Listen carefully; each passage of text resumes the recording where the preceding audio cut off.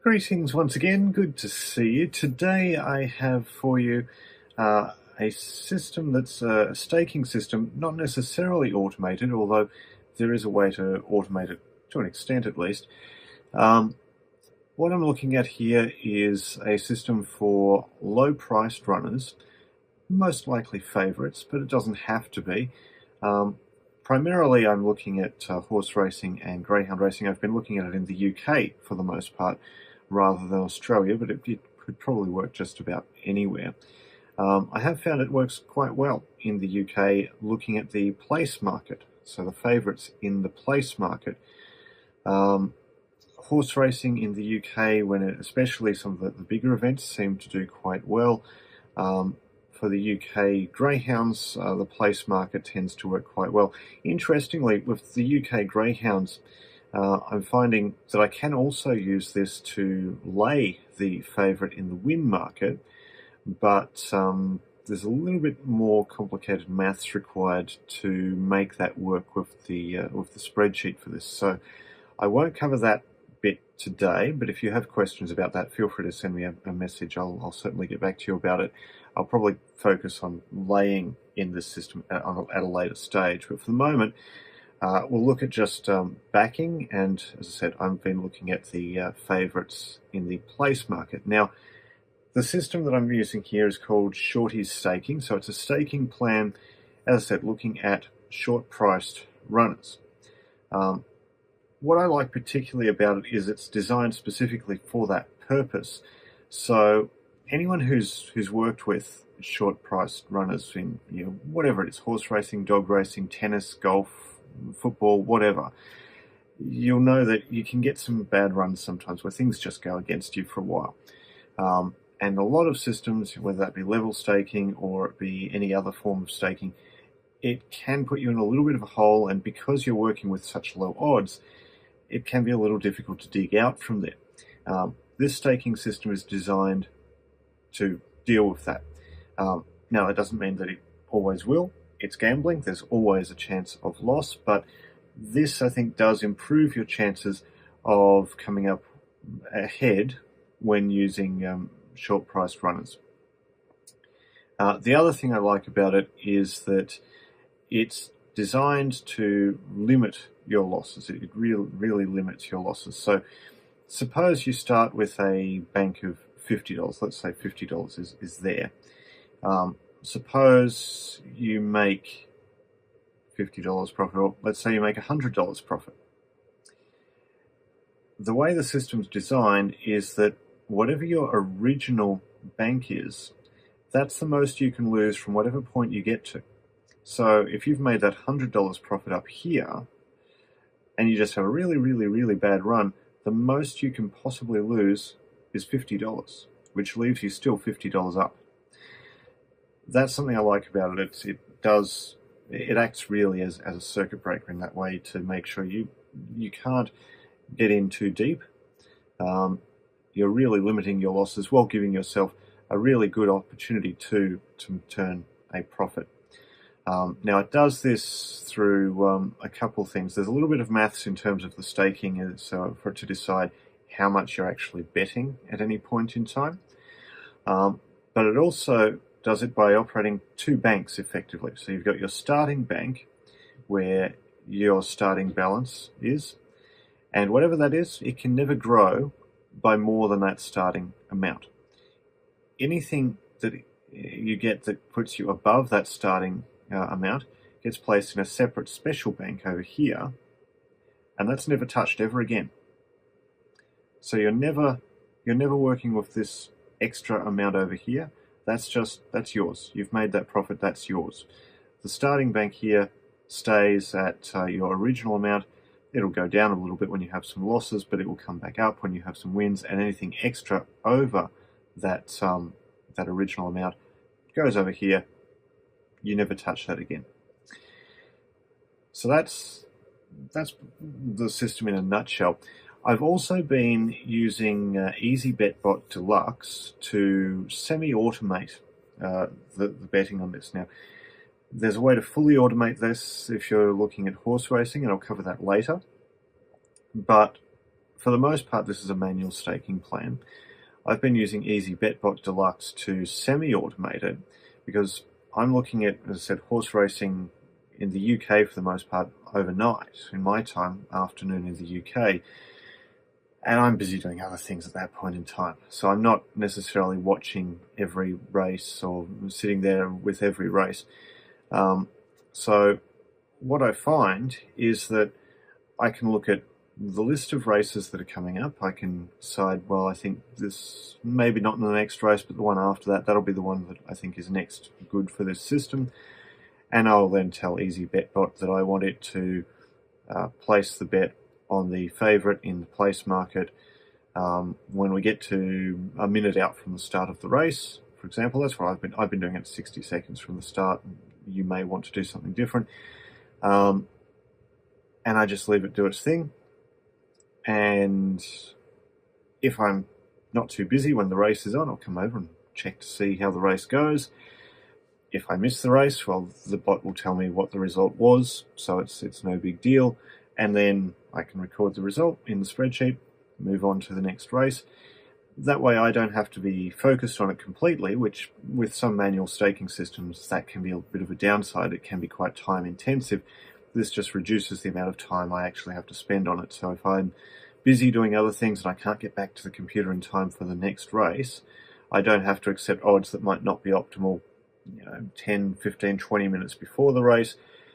The bot will place the bet for me at the point where I think the odds will be most reflective of where they should be, which for me is about a minute out from the race in the UK. And it'll just do its job, and I'll record the results when I get to it. Saturday night, I did have a bit more time to actually sit there and do it, so I actually recorded a little bit on Saturday night following some UK races, so I'll show you that now, and then after that we'll come back and we'll have a bit more of a look at the spreadsheet. Alright, I forgot to start the screen recording before I got BetBot to place this bet, so if you can see here, we've got a bet here on blue stocking in this race coming up, a stake of $2.50. I've already entered the price that I got in the spreadsheet. You can see here an BetBot. You can see it's placed the bet already because we are less than a minute away from the race. You can see I've entered into the spreadsheet the details of the bet. When it wins or loses, we'll put the details in there. So let's go to the race and we'll see how that gets placed in the bot for the next race. As the flags are raised,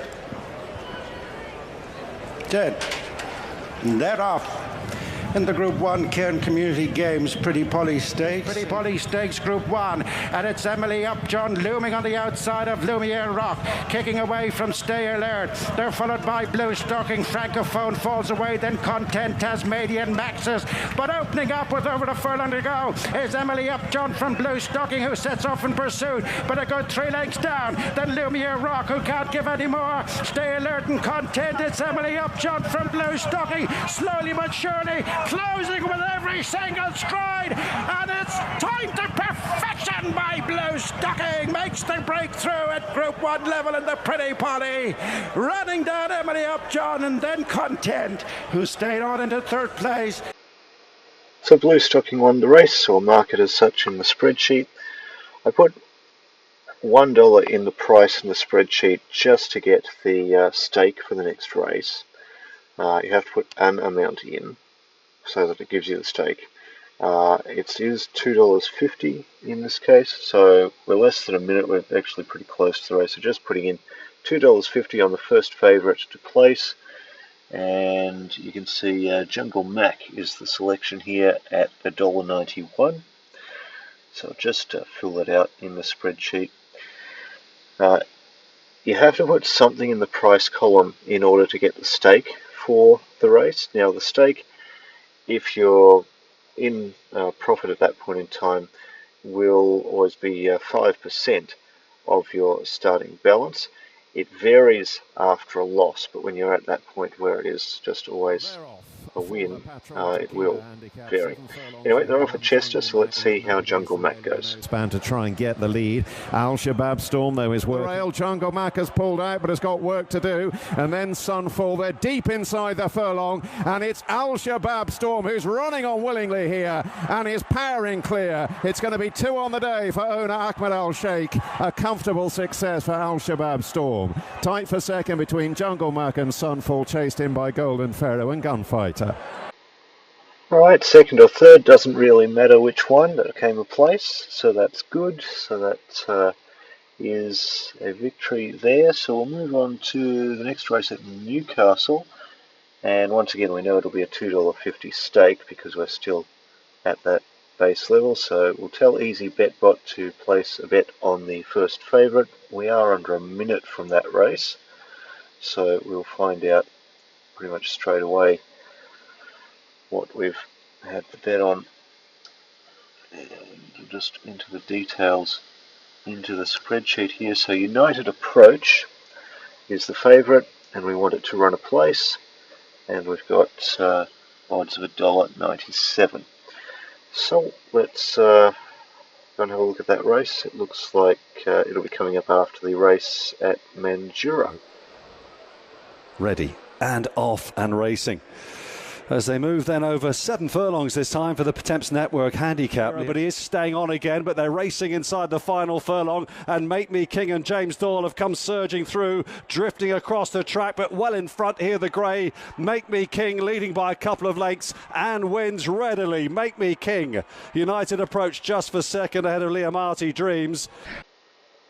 Second for United Approach, that's good for us. That's another win there in the place market. So we'll put in the $1 price again. So we see $2.50 is our next stake. And we'll have a look at the next race, which appears to be Windsor. So we'll go to the place market for Windsor.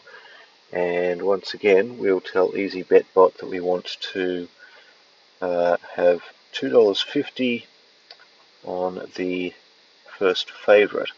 Now, of course, we could pick any particular runner if we wanted to, but we're just going first favourite. So that's then in there. Now, we're more than a minute away from this race, and we've told it that we want it to be at 60 seconds. So if we have a look over here in the scheduled bets, you can see these are the bets so far in this session. Some of them are settled. That last one at Newcastle, it's got matched. It hasn't settled yet. We know the result. It just hasn't settled at Betfair. Windsor is listed as active. You can see it'll execute there a minute before the race starts, and that's still a little way off just yet. So we'll see that execute shortly.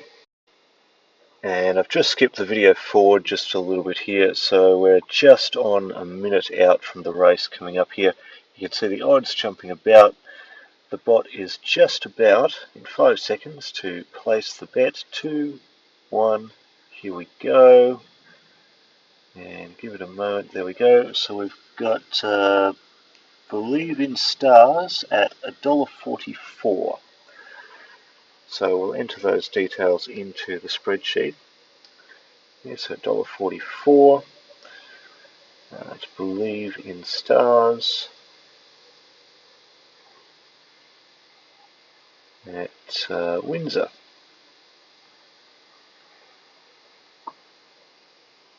Rightio. So that race is just under 30 seconds away. So let's go and see the race. The 5 runners are all installed, ready to go. And they're off, and very slow away. On the inside was True Courage, who gave them a good 5 or 6 lengths, but fortunately there is no pace. And that might be an understatement. They're absolutely walking through the first furlong. So True Courage, who missed the start badly, has been able to get back in touch relatively cheaply there. From aiming high, then behind these Mr. Allen, and now the dash begins with over 2 furlongs to go. To Catch a Thief on the near side is being battled away with Believing Stars, then aiming high. Mr. Allen trying to join in as well. To Catch a Thief under the near side rail. Believing Stars aiming high out in the centre. Still the action under the near side. To Catch a Thief and Believing Stars. Believing Stars to Catch a Thief, aiming high out in the centre, trying to get close. The sprint for the line. Believing Stars to Catch a Thief may have just got back up. To Catch a Thief and Believing Stars. Those two controlled the race. They fought out the finish. Judge to confirm. Aiming High was third. Mr. Allen and True Courage fourth and fifth. Close finish, but ultimately doesn't matter first or second. Either way, it's run a place in that race. So another good result there at Windsor. So that was quite a good run with the UK horses, as you saw, quite a good run indeed. In fact, all of those managed to run a place, which was quite positive. Now, a number of them won the race, and you may find that that the system could work for you, betting on the favourite to win the race. I prefer with this system to take the higher strike rate of the place. Sure, the odds you're getting are a little bit less, but it does mean that the system has to recover less often. So I find that probably works to your advantage a little bit. If we have a look to a little bit earlier in the spreadsheet, you can see I started off this series with the Royal Ascot races, which were a little while ago now, but you can see they were a little bit more all over the place in terms of having horses actually place, but it did turn out quite well, and you can see the progression of the staking as it was working through. If I scroll down a little bit, I did more after Royal Ascot in the following week with just random midweek events, and you can see it took a little while for it to actually recover into a profitable position, but the staking was worked out by the spreadsheet according to whatever it needed to do at the time. And what you can also see there is that it did eventually make a nice profit out of that series. It took a while to get there, but then that amount, of course, of profit went over into the special bank, and that was that. So that was all good. And as I said, you can't lose more than whatever your original bank is from whatever your high point was. So you can't come down by more than that original bank. So certainly this bet here at Ballon Robe of $43.84, that was using everything that was left in the operating bank at that point in time, because it had been however long since it last had a profit, quite a long time. But that could never have gone further down than that, which is good. Now, after that series I just showed you from Saturday night, later in the night, I did look at some of the Greyhound Derby meeting at Toaster, and again, I was mainly betting on the favourite to run a place, with the exception of the Greyhound Derby final itself, where I decided that I actually wanted to bet on a particular dog, Da. Now, I've been following this one through the Greyhound Derby series. I didn't particularly like it in the first heat. It's not a dog with a lot of early speed. It's, I was worried it was in a box where I thought it was going to get squeezed out by some faster starters. But what I saw was what makes this dog really quite special. It doesn't have early speed, but it's very clever, manages to get out of trouble if it gets into it, and has a lot of pace later on in the race. And after it just managed to get out of trouble and zoom past everyone in its first heat, and it's done similar things through the series, that was my pick to really win the race. Maybe I should have backed it to win in this case, but playing it safe, I backed it to place. It wasn't favourite, but I backed it to place and see how it went. In trap 1, YI Man, trained by Mark Wallace. 2, Ballymac Gizmo, Liam Dowling. 3, King Memphis, Elizabeth McNair, and of course Rab. Delardidar in 4, Liam Dowling. 5, Churchfield Sid, Richard Rees, Ball Sports Bob, Paul Hennessy. Good luck to them. And of course, all the owners. This is the Derby final. Hair running 2024 Star Sports TRC English Greyhound Derby final. King Memphis 11-10 favourite. Let's fly, they're off. King Memphis last away. Churchfield Sid goes straight to the front. Race to length up to Lardy-Dar. Boyle Sports Bob on the outside from YI Man. Ballymac Gizmo and King Memphis is last as Delardy-Dar hit the front onto the far side. Went 2 lengths up on Churchfield Sid. YI Man the rails. Boyle Sports Bob staying on from Ballymac Gizmo. King Memphis no luck tonight. Delardy-Dar leads in for home off the corner. Striding clear from Churchfield Sid and YI Man. Delardy-Dar wins the Derby. Boyle Sports Bob came home in second. It's close for third. Delardy-Dar gives Liam Dowling his first Derby. Boyle Sports Bob comes home in second. A 1-2 for the Irish. And it looks as though just on the far side, YI Man fills out the TriCast. And if we look at that series in the spreadsheets from those races at Toaster, you can see there was only one loss in that entire meeting.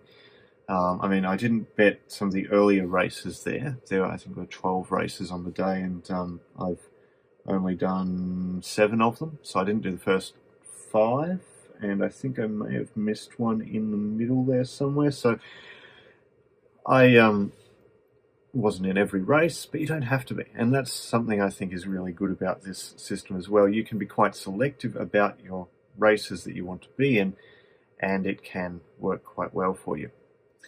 Now, I did say you can automate this as well. There is another bot that can be used to automate this. It's called the Watch the Gap bot. It has the Shorties Staking built in. Now, it has a few more things that you can do than just the Shorties Staking, but you can set it to bet on win market, place market, whatever. On horse racing, you could do it wherever you want. UK, South Africa, Australia, New Zealand, whatever. If you're going to do it as an automated system, what I would strongly suggest is make sure you're doing it on markets that have an awful lot of liquidity. I've found that this system works best when you have races that have a lot of interest in them. So you'd probably need to figure out what the right liquidity is. It's going to vary. English races tend to have a lot more liquidities than some other countries. If you're doing it for Australian races, for this system, I'd probably want to have at least $10,000 matched in the win market. Not really sure where you'd go with the place market. Maybe $5,000, something like that. Maybe 4, something like that. The UK has a lot more money in its market, so you work out something. But I'd suggest the higher liquidity races is where you want to be. I'd also suggest, especially for the UK with this system, avoid anything that's sort of a 4 or 5 horse race. Those tend to have some very strange results. And probably I wouldn't be going into too many races that are really long. Multiple miles of races I wouldn't be going into. Some of those very strange midweek races where you've got 4 horses or 3 horses travelling 5,000 metres around a course 5 times, jumping over hurdles. Just no, anything could win that. I wouldn't be betting in those. They have some very strange results. So that's the Shorties Staking, which I think is quite promising and certainly gives you an option for things that are at lower odds, whether that be horse racing, greyhound racing, whatever. Links to the Shorties Staking is below now. I haven't mentioned I'm using the spreadsheet, but there is a cloud version as well. So if you don't have Excel or you want to be able to access it on your phone or tablet device or whatever, there is a cloud version of it available as well. So links to that below, link to Easy Bet Bot Deluxe, and also the Watch the Gap bot if you want to completely automate it. I should mention I have started just testing Shorties Staking on the tennis now that Wimbledon's begun. So far 1 win, 1 loss, so a bit too early to decide whether that's a goer, but we'll see what happens. And as I did mention earlier, you can use this for laying as well, but the way you need to do that is a little bit more complicated. It's probably a bit too much for this video, but if you have questions about that, send me a message and I can send you some details on that. Anyway, that's what I'm doing for now, and I hope that's of interest to you, and I will see you again soon. Until then, happy punting.